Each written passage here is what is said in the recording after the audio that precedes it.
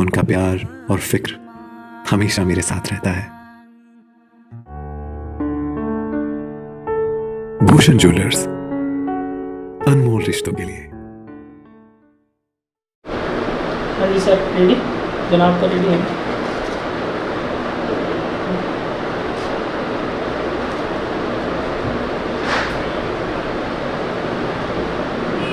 जी पूछे सवाल आप किसने? बस सर तैयारी कर रहे हैं सर। जिला ऊना के उपमंडल बंगाणा के तहत आपका डोगी में एक अवैध डंपिंग थी, वहाँ पे आप गए थे, कुछ घटनाक्रम आपके साथ घटित थे, उसके ऊपर आप क्या कहना चाहेंगे? क्या घटना थी? सबसे पहले तो सर आप सब लोगों का मैं धन्यवाद करता हूँ, स्वागत करता हूँ कि आपने आज मेरा पक्ष जानने का प्रयास किया। और ये बड़ा कम होता है कि मीडिया के साथ या किसी पत्रकार के साथ कोई घटना होती है तो कोई मीडिया पक्ष लेने आता है, तो आप लोगों का पहले धन्यवाद।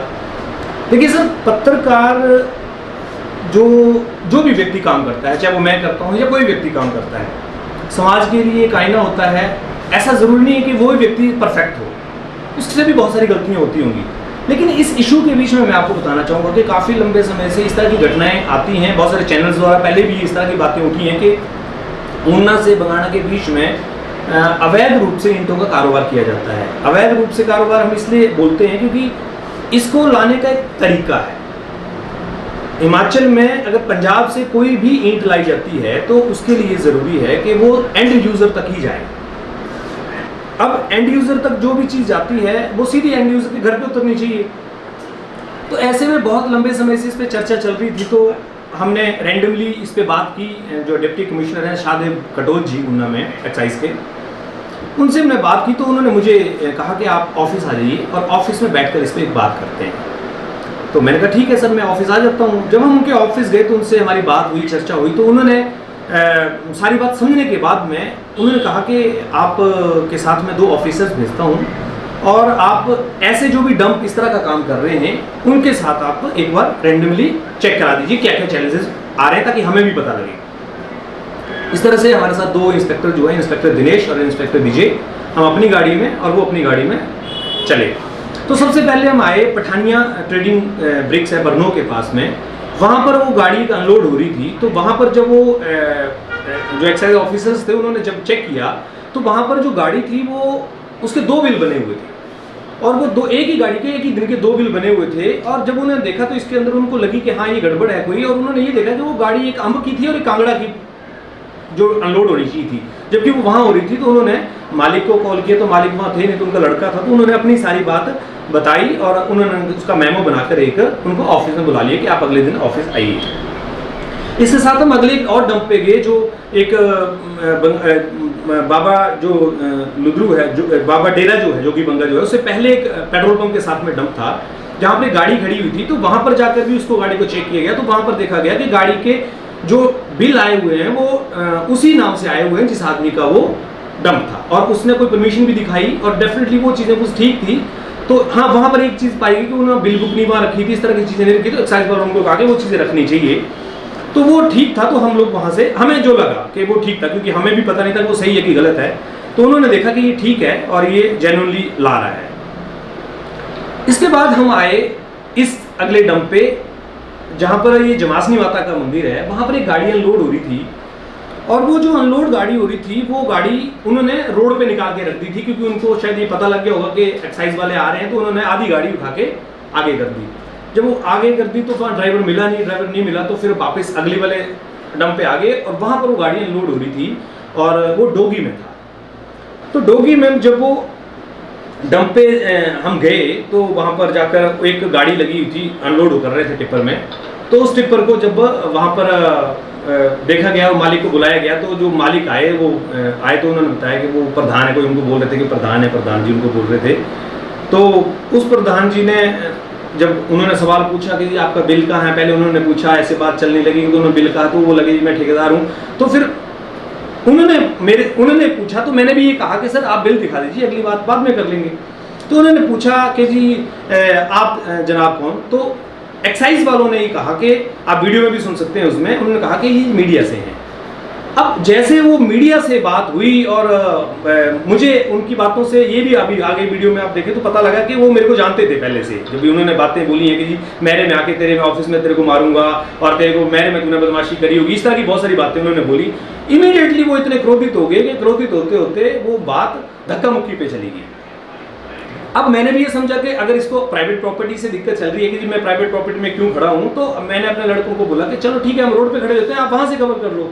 लेकिन वो व्यक्ति मानने वाले नहीं थी, वो इतनी तहश में आ गए, इतनी गंदी गाली गलौज करने लगे, इतना कुछ करने लगे कि वहां पर आप समझ सकते हैं किस तरह का माहौल है, आपने पूरे वीडियो में देखा। तो मुझे लगा कि अगर मैं जिस तरह की वो हरकत है या जिस तरह का वो कोशिश कर रहे हैं, अगर सेम मैं भी दोहरा दूं या मान लो मैं भी वो करना लूं, तो उनमें और मेरे में कोई फर्क नहीं। तो मैंने कोशिश किया कि उस सारे मॉब को, उस सारी घटना को मैं किसी तरह से कंट्रोल कर सकूं, उनको समझाऊं, उनको बताऊं, क्योंकि देखिए गुस्सा वाकई में बुरी चीज़ होती है, जब चाहे वो उनको आए चाहे किसी को भी आए। ऐसे गुस्से में अगर मैं भी मान लो उनके साथ लड़ पड़ता तो शायद बहुत कुछ हो सकता था। उन्होंने ईंटें तक उठाकर मार दी, उन्होंने पानी का गिलास तक मुंह पे मार दिया, उन्होंने धक्का मुक्की कर दी, मेरे लड़कों को भी मार दिया, कैमरा तक तोड़ने का प्रयास किया। अब इतनी सारी घटना के बाद में आप बताइए, अगर मैं गलत था, मान लीजिए कि मैंने उनसे बिल मांग लिया, तो पत्रकार अगर आपसे कोई चीज मांगता है तो आपके पास अधिकार होता है, आप उसको बोल सकते हैं कि सर मैं आपको नहीं दिखाऊंगा। ये तो अधिकार है ना किसी व्यक्ति के पास में। पत्रकार अगर आपसे बोलता है कि सर आपके डॉक्यूमेंट कहाँ हैं और पत्रकार को आपको जवाब नहीं देना है, तो आप पत्रकार को बोल दीजिए सर मुझे आपको जवाब नहीं देना है, दैट इज ऑल। बट आप इस तरह की हरकतें करेंगे, इस तरह की चीजें करेंगे, तो मुझे लगता है कि समाज के लिए एक गलत मैसेज चला जाता है।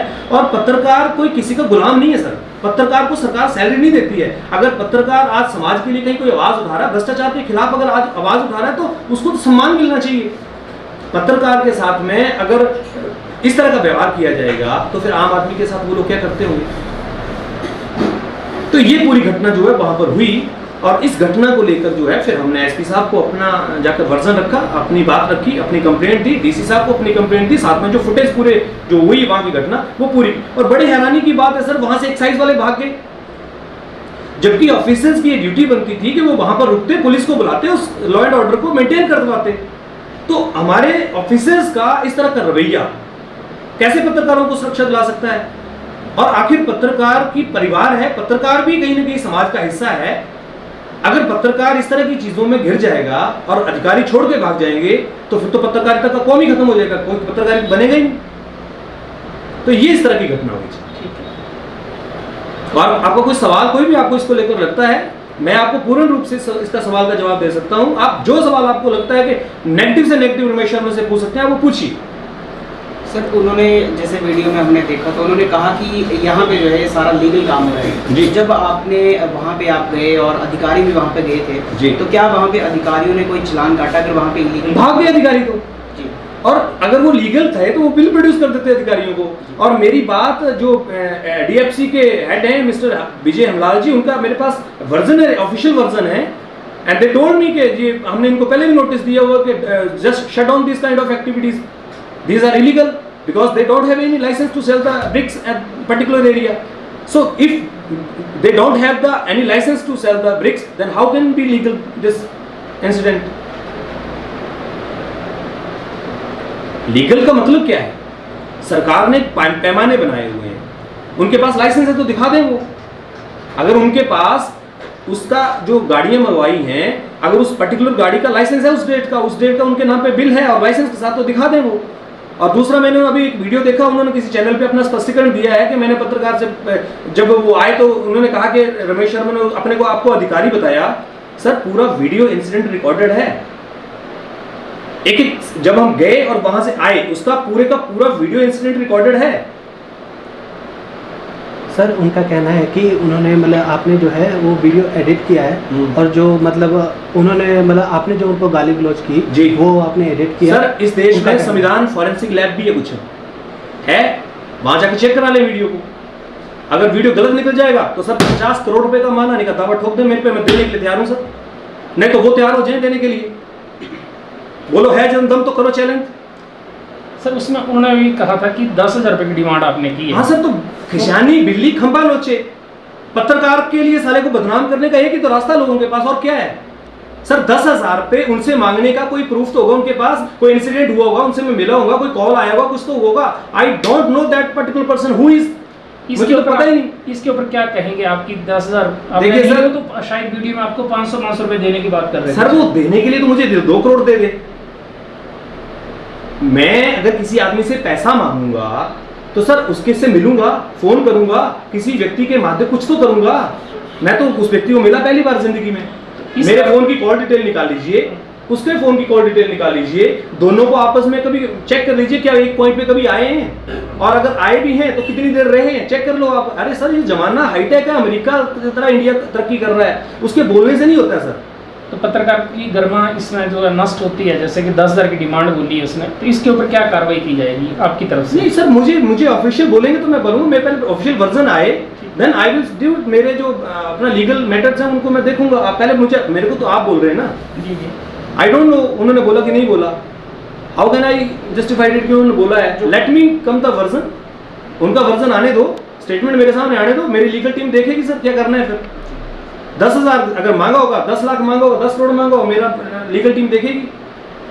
जीवन उत्साह न्यूज सर कोई खिलौना नहीं है कि आप उठाओ, खेलो, छोड़ दो। It is the organisation. ये अपने सिद्धांतों पे चलती है, अपने सिस्टम पे काम करती है, किसी के दबाव में और किसी के कहने से काम नहीं करते हैं। क्या उद्देश्य है आपके इस जीवन उत्साह? देखिए सर, सबसे बड़ा उद्देश्य पत्रकारिता का एक ही है। एक आम आदमी, गरीब आदमी का नुकसान कहां से होता है? जब कहीं ना कहीं भ्रष्टाचार बढ़ता है। इस देश में भ्रष्टाचार को मिटाने के लिए मैं अकेला नहीं हूं। मेरे साथ जो लोग हैं, मेरे साथ जो टीम है, मेरे साथ जो जनता है, जो मेरे फॉलोअर्स हैं, जो जीवन उत्साह न्यूज को पसंद करते हैं, वर्ल्ड वाइड पसंद करते हैं, मैं उनकी उम्मीदों को नहीं तोड़ सकता।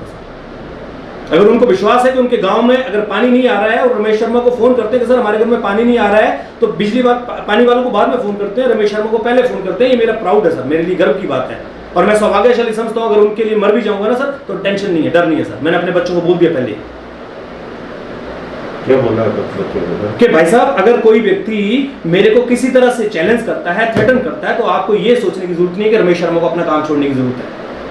रमेश शर्मा अपने काम को जीवन उत्साह के एथिक्स पे करता है और एथिक्स पे ही करेगा। सर जो एक्शन कल हुआ, जो उनकी तरफ से थोड़ा सा वॉयलेंट बिहेवियर वहाँ पे देखा गया, तो उसको लेकर अभी आपने अपनी तरफ से क्या लीगल कार्रवाई की? देखिए सर, ऐसा है, मेरी कोई व्यक्तिगत दुश्मनी नहीं है किसी से, ना कभी है ना कभी हो सकती है। आई डोंट नो प्रधान जी कौन है, मैं तो उनको प्रधान जी करके बोलता रहा वहाँ भी। हालांकि उन्होंने बड़ा वायलेशन करने का प्रयास किया, मैंने फिर भी कंट्रोल किया कि कहीं ऐसा ना हो कि कोई बात गड़बड़ हो जाए। देखिए सर, अगर उन्होंने गलत किया है तो मैंने अपना सारा का सारा जो भी कंप्लेंट है वो सिस्टम को दे दिया, डीसी साहब को दे दिया है, और मुझे पक्का भरोसा है सिस्टम पे कि सिस्टम इस बात को लेकर गौर करेगा। अगर उनको लगता होगा कि उसमें उन्होंने कुछ गलत किया है तो वो उनके खिलाफ कार्रवाई करेंगे। अगर उनको लगता है कि वो कुछ गलत नहीं था तो वो उनकी अपनी मर्जी है, क्योंकि मेरा मोटिव नहीं है किसी आदमी को किसी के खिलाफ कार्रवाई करना। मेरा मोटिव एक ही है कि सिस्टम में जो भी आदमी काम कर रहे हों उनकी रिस्पेक्ट। अगर उनको लगता था कि रमेश शर्मा को उनको अपना वर्जन नहीं देना और उनको वहाँ नहीं आना चाहिए था, तो वो सीधा बोल देते कि सर हम आपसे बात नहीं करेंगे, हम आपको कोई वर्जन नहीं देंगे। ये मेरा सिद्धांत था, मैं उसको किस वे में लेता। बट हाथापाई करना, मारपीट करना, गाली गलौज करना, मेरे लड़कों मेरी टीम को मारना, मुझे तो नहीं लगता कि ये कानून व्यवस्था के दायरे में आता है। वहाँ पे सर एक और सवाल उठा था कि जो आप पत्रकार हैं और जो अधिकारी थे, तो आपके पास बिल मांगने की पावर नहीं है। तो मत दो सर, कमेंट में भी मत दो सर। मैं आपको सर यह एक चीज बताता हूँ, देखिए मांगना आपका अधिकार हो या ना हो, लेकिन क्राइम नहीं है। अगर किसी ने आपसे कुछ मांग लिया तो वो अपराध की श्रेणी में नहीं आता है, आप उसको डिनाई कर सकते हैं। आपके बच्चे आपके घर में खिलौना मांगते हैं, आप नहीं देते हो, तो क्या वो आपके क्राइम थोड़ी हो जाता है? ऐसे प्रोफेशनली अगर मैंने किसी से कोई चीज़ मांग ली, अगर उसको लगता है मैं इसके अधिकार क्षेत्र में नहीं है, मैं किसी पंचायत में जाता हूँ, मैं उनसे बिल मांगता हूँ, वो मुझे बोलता है कि मैं बिल नहीं दे सकता, तो मैं गला पकड़ूंगा उसका? नहीं, मैं RTI फाइल करूंगा, ले लूंगा। देखिए सर, संविधान में हर एक चीज़ का एक तरीका बनाया हुआ है। अगर आपको लगता है कि सामने वाले आदमी को आपकी अपनी बात का जवाब नहीं देना, तो आप उसको नो कमेंट बोल दीजिए। आपका गला तो नहीं पकड़ सकता। अगर वो गला पकड़ेगा तो फिर कानून बैठा हुआ है। तो मैं अगर कहीं गलत होऊंगा और मैं उनका बिल पकड़ के उनका गला पकड़ लूँ कि हाँ बिल देना पड़ेगा आपको, तो मैं गलत हूँ। बट अगर मैंने मांगा और उनको नहीं देना है, ठीक है, डिनाइड, इजीली डिनाइड कि सर मैं सॉरी आपको नहीं दिखाऊंगा। तरीका तो यही कहता है ना जी। सर हमारे पाठक पूछे हैं कि भाई आम जनता को इससे फायदा हो रहा है कि नजदीक में ईंटें मिल रही हैं। बिल्कुल नहीं हो रहा सर, मैं इस बात को प्रूव कर देता हूँ कैसे। प्रॉब्लम आपको समझ नहीं आ रही है, क्यों है? मैं बताता हूँ आपको सर। देखिए, पहली बात तो जो इंडस्ट्री है यहाँ पर, उस इंडस्ट्री को लॉस हो रहा है। जो इंडस्ट्री महत्वपूर्ण में लगी हुई है उसको लॉस हो रहा है। जो लोग अगर सस्ते में लाकर टैक्स की चोरी कर कर अगर जनता को सस्ता देते हैं तो वो सही कैसे हो सकता है सर? टैक्स की चोरी करके एक आम जनता को अगर ईंट, और कोई सस्ती नहीं पड़ रही है सर, बिल्कुल भी सस्ती नहीं पड़ रही है, किसी कीमत पे सस्ती। 6500 रुपए की 1000 ईंट वो दे रहे हैं और 6500 रुपए की महत्वपूर्ण में मिल जाती है, तो सस्ता कहाँ है? और फिर यहाँ बिल नहीं देते। ठीक है, ये प्रशांत पंडित जी थे जो बात कर जी रहे थे, बिल्कुल उनसे प्रश्न पूछ सकते पूछा हैं। था। क्योंकि देखिए सर, मैं ये नहीं कह रहा हूँ सारे डंप वाले गलत होंगे, और मुझे ये भी नहीं पता कि गलत थे, मेरे को नहीं पता था। ये तो रैंडमली एक्साइज विभाग ने जो चेक किए उसके बीच में ये बात आई, उससे पीछे तो 2 डंपे के वहां तो लड़ाई नहीं हुई सर। ठीक है, लड़ाई तो वहां भी हो सकती थी, लड़ाई तो वहां नहीं हुई। यहीं क्यों हुई? क्योंकि कहीं ना कहीं अगर आज आपकी इंटेंशन, जिस तरह की उनकी बातें चल रही थी कि ये मैं मेरे में आके देख लूंगा, तू ऐसे करता है, तेरी 2 टके की औकात नहीं है। सर मेरी औकात 5 पैसे की भी ना हो, ये मेरा अपना पर्सनल मैटर है। मैं किसी घर पर रोटी मांगने तो जाता नहीं सर, अपने घर में खाता हूँ। जी अंकित बंगा जी हैं, क्या वो पूछ रहे हैं कि कुटलाड़ समाचार क्या सोया हुआ था उस वक्त कि हमने इस मामले को पहले उठाया था, उसमें फिर 10 दिन के लिए बंद हो गए थे सारे ये डंपिंग, तो ये चलता रहता है। अब कब तक हम खुद ही आवाज बनते रहेंगे? लोगों को भी आगे आना होगा। अरे जी बहुत अच्छी बात है, ये आपने कही, उन्होंने बड़ा अच्छा सवाल पूछा है। मैं यहाँ बड़ा अच्छा स्पष्टीकरण देना चाहूँगा। देखिए सर, एक पत्रकार करेगा क्या? सिस्टम सुनता नहीं है, पुलिस का कोई प्रोटेक्शन नहीं है। आप भाई साहब किसी ऑफिस में जाओ, पत्रकार सवाल पूछने वाला होगा, आपको अपॉइंटमेंट नहीं मिलेगी। ये पत्रकारिता जो लोग कर रहे हैं ना सर, उनके दम को मैं सैल्यूट करता हूं सर, चाहे वो किसी भी तरह से कर रहे हैं।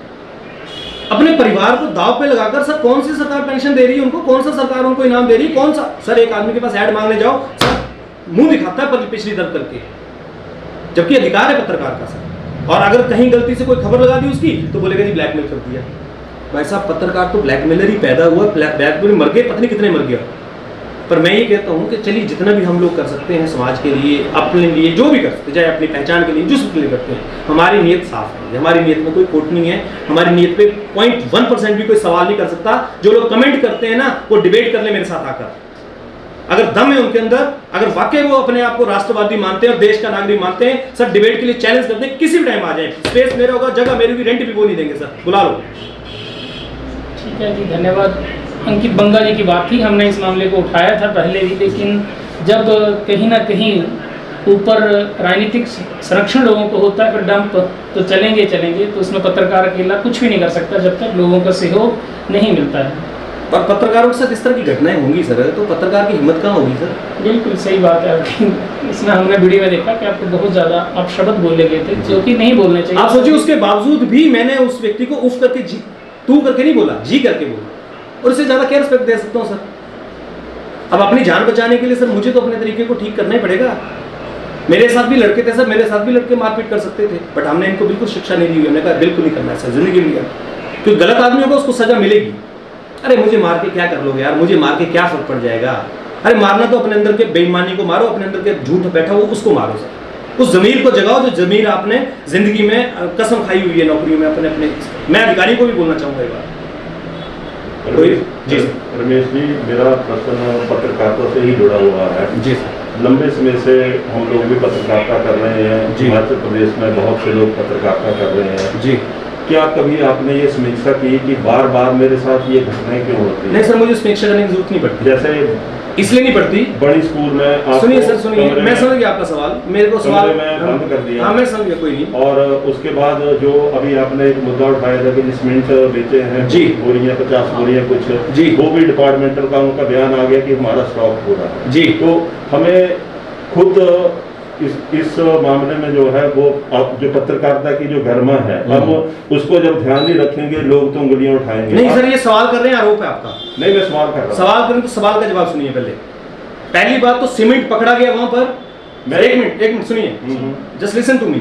सीमेंट पकड़ा गया वहां पर, पकड़ा गया हाँ या ना? हमें नहीं पता। आप मुझे पता है 50 बोरी मेरे पास पकड़ी गई है। पुलिस ने उसका FIR उस आदमी के किया है।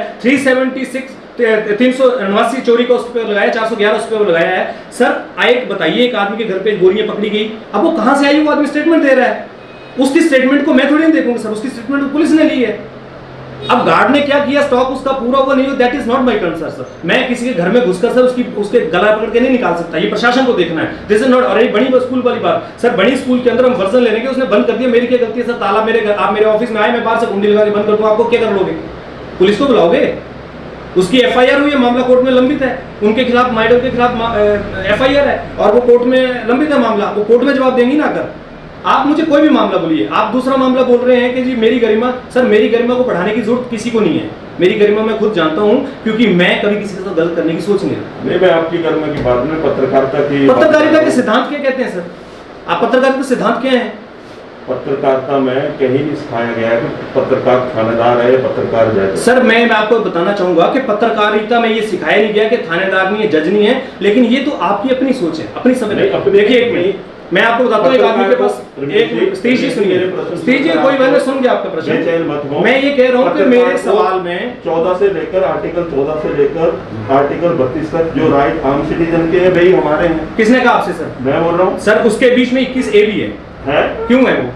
क्या है उसमें? क्या है उसमें ये है कि पत्रकार का आम आदमी से एक ज्यादा स्तंभ में काउंट किया है, उसके पास अधिकार है सवाल पूछने का। तो वो तो हर आदमी के पास। हाँ, तो फिर आप क्यों नहीं पूछते, या वो आम आदमी क्यों नहीं पूछता? क्योंकि आम आदमी को तो पूछने नहीं दिया जाता। मेरे प्रश्न को आप कहीं और ले जा रहे हैं। भाई साहब, मैं आपके प्रश्न को सही समझ रहा हूँ, बट आप ये कह रहे हैं कि जी आपका कहने का मतलब ये है कि मेरा एटीट्यूड खराब है। मैं नहीं बोल रहा हूँ खराब है, फिर तो मैंने ये बोला कि आपने समीक्षा की या नहीं की। नहीं, आपने बोला नहीं की, कोई बात मुझे जरूरत नहीं समीक्षा करने की ना सर। ओके, मुझे समीक्षा करने की जरूरत पड़ेगी तो मैं आपसे ज्यादा एनालिसिस करता हूँ अपने बारे में, कर लूंगा मैं। बिल्कुल बिल्कुल। आपको लगे मेरे अंदर कोई गलती तो बता दीजिएगा। हम क्यों बताएंगे, हम कोई जज तो है नहीं सर, वो आप जानिए जज है कि नहीं है, बट समीक्षा मेरे काम करने का अपना तरीका है सर। बिल्कुल सही सर, हर आदमी का अपना आप तरीका करते रहिए, हमारी शुभकामनाएं आपके साथ हैं। कभी भी जब इस तरह की दिक्कत आएगी हम हमेशा आपके साथ। बिल्कुल सर, धन्यवाद आपका बहुत बहुत। बाकी और कोई सवाल आपका तो आप पूछ सकते हैं मेरे से। ठीक है सर, धन्यवाद। ठीक है सर, बहुत बहुत अच्छा लगा आपसे बातचीत करके। काफी लोग हमारी इस बातचीत को देख रहे हैं, सुन भी रहे हैं। धन्यवाद सर, धन्यवाद। पाठकों का मैं तो सर देखिए लोगों से एक बात कहना चाहूंगा, रमेश शर्मा इज नथिंग। रमेश शर्मा पत्नी है नहीं है, कब तक है कब तक नहीं है, ये कोई नहीं बता, कोई किसी के बारे में नहीं बता सकता। देखिए सर, मेरे जो सिद्धांत या मेरे जो संस्कार हैं, मैं उसी पे काम करता हूँ और मेरी आदत है, वो मेरा संस्कार है। मैं शायद अगर आप कहें कि मैं सिर्फ एक जनरली काम करता हूँ, शायद मैं नहीं कर पाऊंगा। मेरे को लोग अगर कहें कि रमेश शर्मा आपको पत्रकारिता छोड़ देनी चाहिए, सर मैं कल ही छोड़ दूंगा। नहीं, उसमें ठीक है सर, अपना अपना मेरा स्टाइल है सर। पत्रकार पार्टियों के साथ जुड़े हैं, विचारधारा हो सकती है, मैं बोलता हूँ, लेकिन जब पत्रकारिता के क्षेत्र में वो काम करें तो निष्पक्ष होकर काम बिल्कुल करें। सर, हम किसी पार्टी के व्यक्ति नहीं है सर, हम किसी पार्टी के किसी व्यक्ति के व्यक्ति नहीं है। हमारे साथ लोगों के साथ अच्छे रिलेशंस भी हैं, हमारे साथ किसी आदमी ने इससे घटना हुई तो खराब भी नहीं हुए, उनके साथ भी आज हमारे रिलेशंस अच्छे हैं। वो आज भी हमारी रिस्पेक्ट और उनकी रिस्पेक्ट करते हैं, क्योंकि काम अपनी जगह है, हमारे व्यवहार अपनी जगह है। हमारे साथ किसी की कोई दुश्मनी नहीं है और हमारा कोई कभी इरादा नहीं होता। हमारे पास भी कंप्लेंट आती है सर, मैं आपको यकीन करूं सर, मैं कभी किसी खबर को खुद नहीं करता जाता। मेरे पास कोई खबर आती है, उसकी रिटर्न आती है, कंप्लेंट होती है, कहीं ना कहीं रिटर्न उसका मैटर होता है, या कोई टेलीफोनिकली उसकी कंप्लेंट होती है, हम उस कंप्लेंट को आधार बनाकर ही जाते हैं। क्यों? क्योंकि देखिए सर, अब मेरा अपना तरीका है काम करने का, मैं किसी को बदल नहीं सकता और कोई मेरे को नहीं बदल सकता सर। अगर मुझे बदलना होगा तो मैं अपने तरीके से खुद को बदलूंगा, और जिस दिन मुझे बदलना होगा सर, उस दिन मैं शायद पत्रकारिता छोड़ दूंगा। नहीं, आपकी अच्छी पत्रकारिता, हम कहेंगे अग्रेसिव पत्रकारिता आप करते हैं तो लोगों को पसंद आती है। आप दिखा ही रहे थे कि मिलियन में आपको लोग देखते हैं सर, 40 मिलियन से ज़्यादा लोग मुझे एक महीने में देखते हैं। तो मैं तो ये बोलता हूँ कि जिन लोगों को रमेश शर्मा से एलर्जी है सर, उनसे मेरी हाथ जोड़ के विनती है, आपको कसम लगे अपने मानने वाले की, जानने वाले की, मेरे चैनल को आज ही अनफॉलो करें सर। जिनको एलर्जी है, जिनको लगता है कि रमेश शर्मा फ्रॉड है, ब्लैकमेलर है, सर जस्ट अनफॉलो द जीवनसा news. I don't need this kind of people जो समाज के लिए काम करने के लिए प्रेरित करने की बजाय टांग खींचते हैं। आपका उद्देश्य कि गरीब लोगों की आवाज को, मेरा उद्देश्य है सर, एक तो मेरा अपना जो व्यक्तित्व है मैं उसको अपनी जिंदगी में प्रूव कर सकूं। मेरे साथ कोई भी व्यक्ति विश्वास लेके आता है, मेरे पास बहुत सारे लोग यहाँ आते हैं सर, उनका पटवारी पर्चा नहीं दे रहा होता सर, मैं कॉल करता हूँ सर पटवारी साहब दे दीजिए, उनको जाते हुए पर्चा मिल जाता है सर, मेरे लिए बहुत। मैं किसी आदमी के पास ऐड लेने नहीं गया सर आज तक, पूछ लीजिए। मैं किसी आदमी के पास आज तक ये बोलने नहीं गया कि भाई साहब मेरा घर नहीं चल रहा है, आप मेरे को रोटी दे दो। और अगर मैं किसी का काम करूंगा प्रोफेशनली, अगर प्रमोशनल प्रोग्राम करूंगा तो सर पैसा लेके करूंगा, ठोक बजा के बोलता हूँ। अगर किसी का ऐड करूंगा, किसी का प्रमोशन करूंगा तो ठोक बजा के पैसा लूंगा सर। कोई गुरुद्वारे में रोटी खाने नहीं जाते हैं सर, मेरे बच्चों को स्कूल जाना है सर, जनता नहीं मेरे को 1 रुपये भी दे रही है सर। मेरे को वो लोग दे रहे हैं सर जिनकी दुआएं हैं मेरे पास ऐसे कॉल रिकॉर्ड्स मैं आपको दिखा सकता हूं सर, JNK से लेकर MP से लेकर राजस्थान से लेकर, जो लोग कहते हैं कि रमेश शर्मा जी आप जैसा पत्रकार हमारे एरिया में क्यों नहीं है। मैं सुना सकता हूं आपको sir, more than 1000 peoples I can send you the recording sir. तो मुझे उन लोगों का विश्वास चाहिए सर, मुझे उन थर्ड क्लास लोगों का विश्वास चाहिए जो बोलते हैं कि रमेश शर्मा फ्रॉड है। अरे वो क्या सिखाएंगे सर, अपने फटी हुई बनियान उनकी सर, मेरी क्या सिखाएंगे वो। तो उनसे तो मेरा यही निवेदन है कि अपनी बनियान को संभालें सर, रमेश शर्मा को सलाह देने की जरूरत नहीं है। Thank you very much. ठीक है सर, धन्यवाद।